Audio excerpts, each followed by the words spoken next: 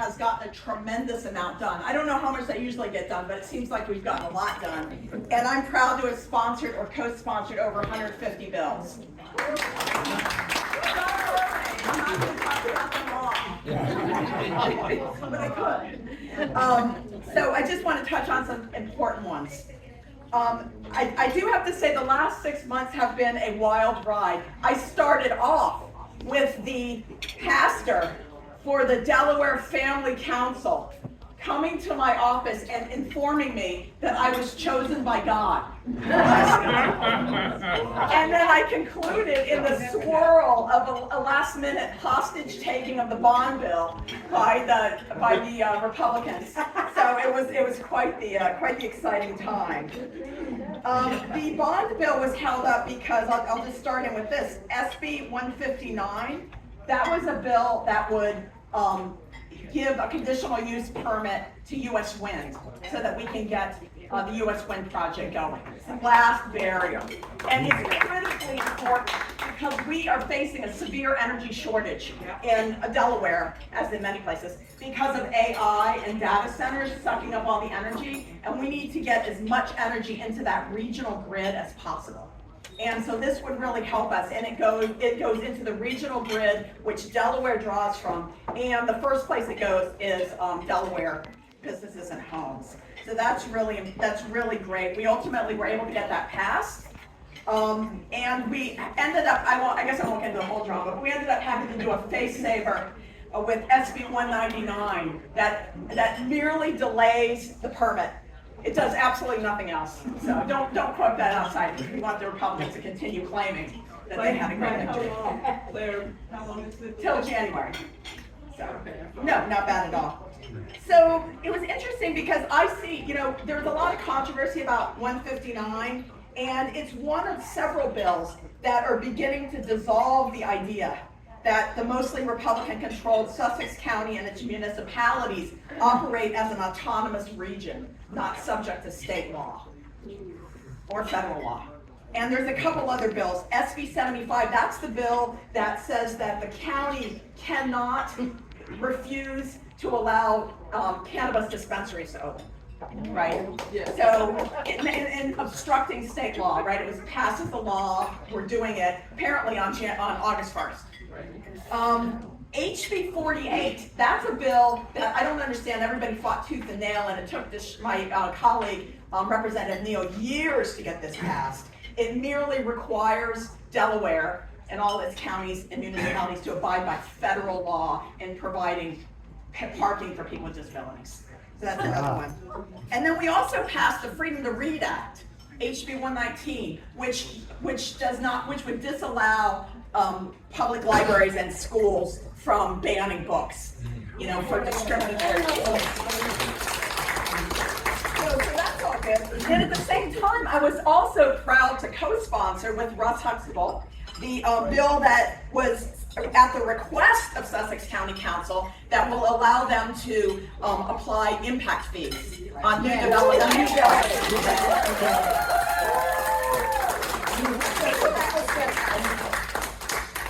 We all knew that the 2024 election was going to be the most consequential of our lifetime. And indeed it was. On the national level, reproductive freedom was on the ballot, LGBTQ plus rights were on the ballot, and democracy itself was on the ballot, and all of those issues directly affect us here in Delaware. Delaware is a blue bubble, but we exist within a country that's being taken over by toxic MAGA fascists, selfishly destructive billionaires, and theocratic hypocrites. I'll tell you how I really feel. But in the face of their ferocious assault on our democracy and our personal freedoms, the Delaware Democrats did not, quote, roll over and play dead, as advised by James Carville. And we have no plans to do so in the future. This year, we vigorously pursued the agenda that we ran on. We moved forward on reproductive justice and freedom, getting SB 5, which is a constitutional amendment, through the Senate. Now, I do want to emphasize for those who don't know, a constitutional amendment has to pass in 2 consecutive general assemblies. That doesn't mean like this year, next year. It means the 153rd and then the 154th, right? And so a lot of these constitutional amendments, we are going to need, assuming all Democrats vote for them, which on some of them is not a sure thing, like marriage equality, which we're going to get to in a moment. But we would need all the Democrats and then one, hopefully only one, got to get this great woman elected, so we'll only need one Republican to round out our supermajority. There's a supermajority in the Senate, so we don't have to worry about that. So in terms of the LGBTQ plus community, Russ Huxtable and I put forward SB 100 that would enshrine marriage in the Constitution as a fundamental right, which would protect all marriages, not just same-sex, but also interracial marriages. Again, that needs to pass, and we're actually hoping that right before the election, certain Republicans running in Democratic majority districts might feel the need to come on board with some of these. We passed another one that Russ and I did, non-discrimination for long-term care. Got that passed. We passed HB 35, which expands non-discrimination laws. Like, there's a lot of different factors of different pockets of law, and it brings them all together. And this is one of my favorites. HB 205 protects providers of gender-affirming care, but in the context of universal protections. I thought personally that this was a stroke of genius. My colleague, Representative Romer, put it forward. It protects all medical providers in the state from out-of-state lawsuits and investigations that threaten the practice of medicine in the state. Wow. So not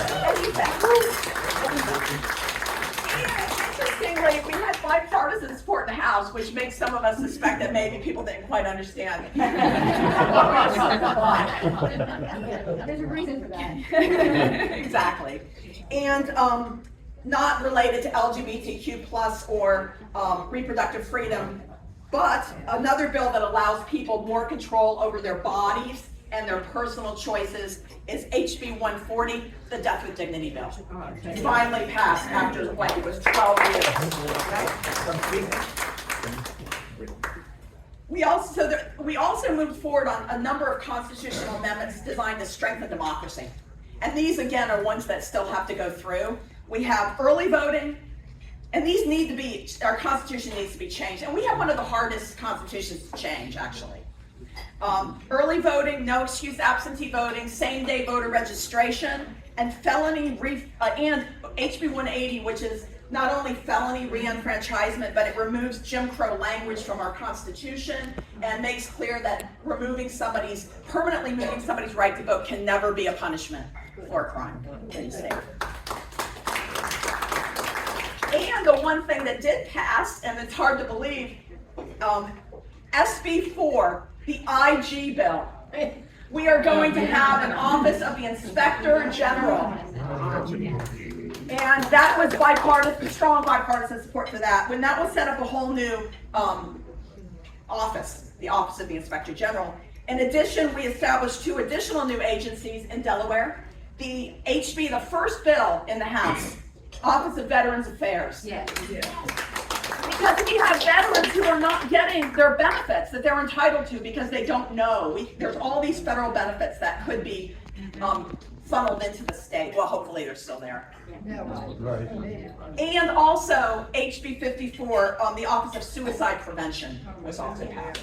So a lot of good institutional work.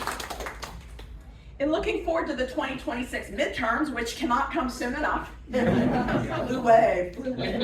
I believe the key issues on the ballot across the country might very well be economic stability and affordability, rising authoritarianism and attacks on our freedoms, and the destruction of the environment, all of which directly affect us here in coastal Sussex.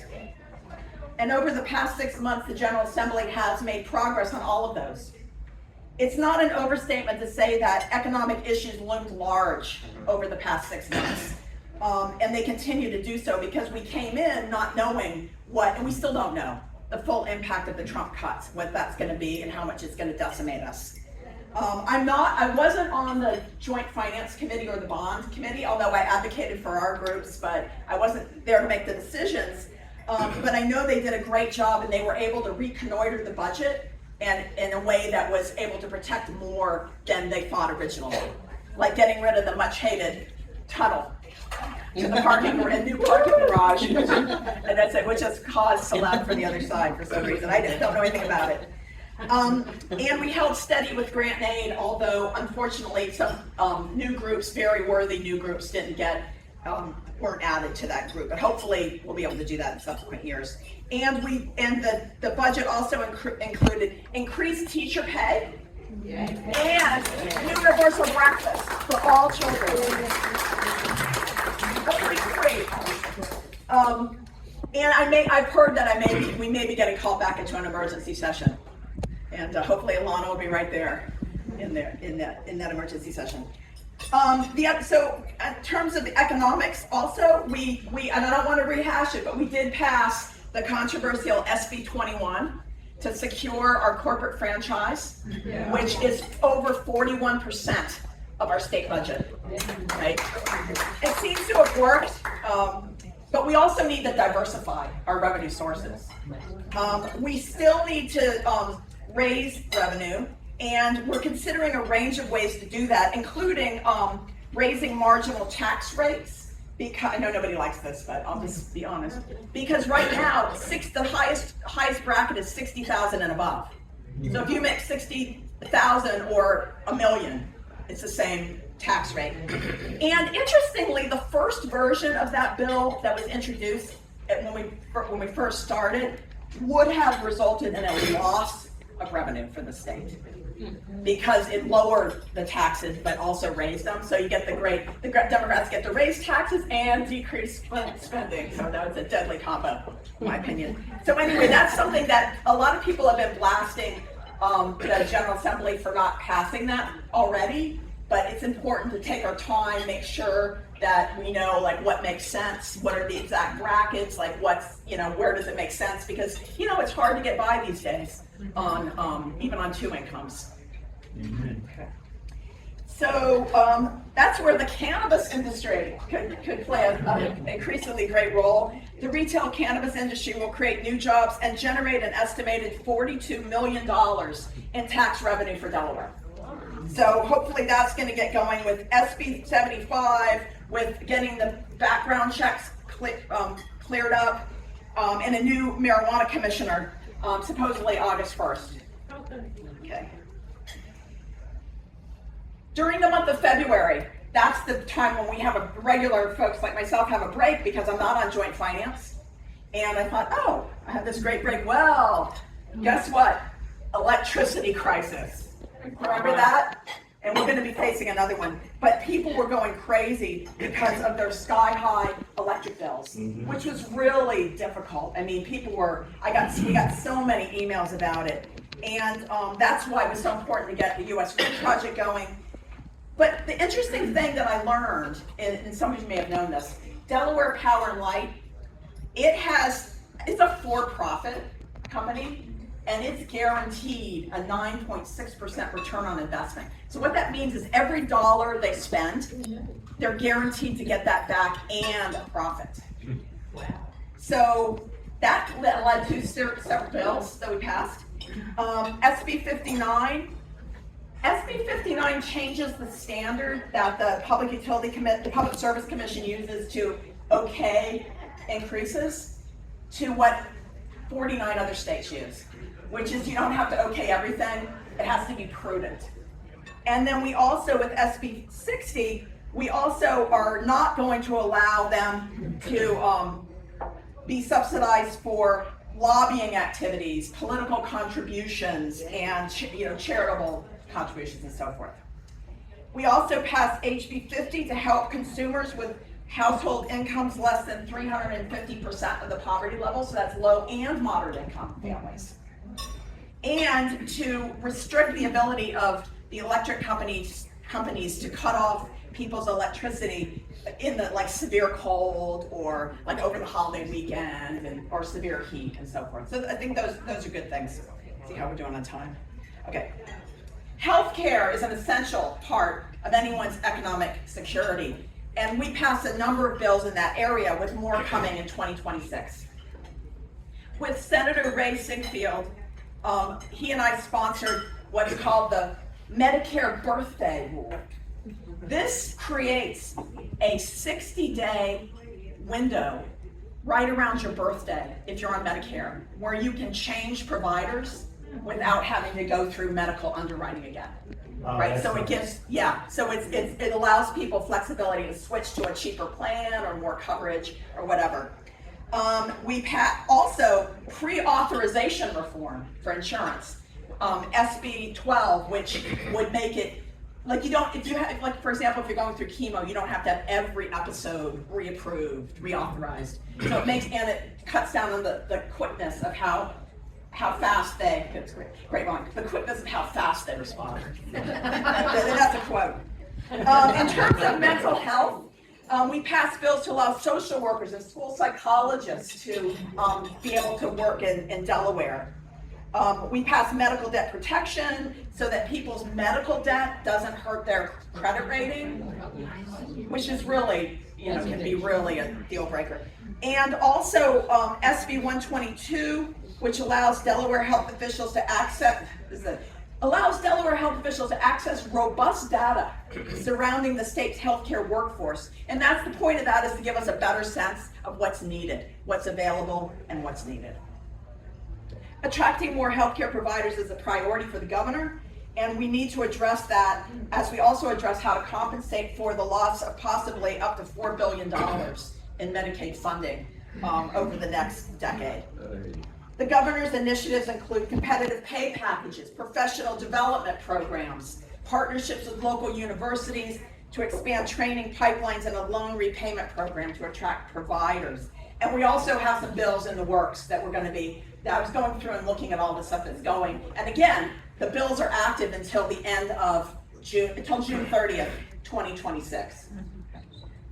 We also addressed the specter of rising authoritarianism with some bills to protect Delawareans from ICE and from MAGA vigilantes.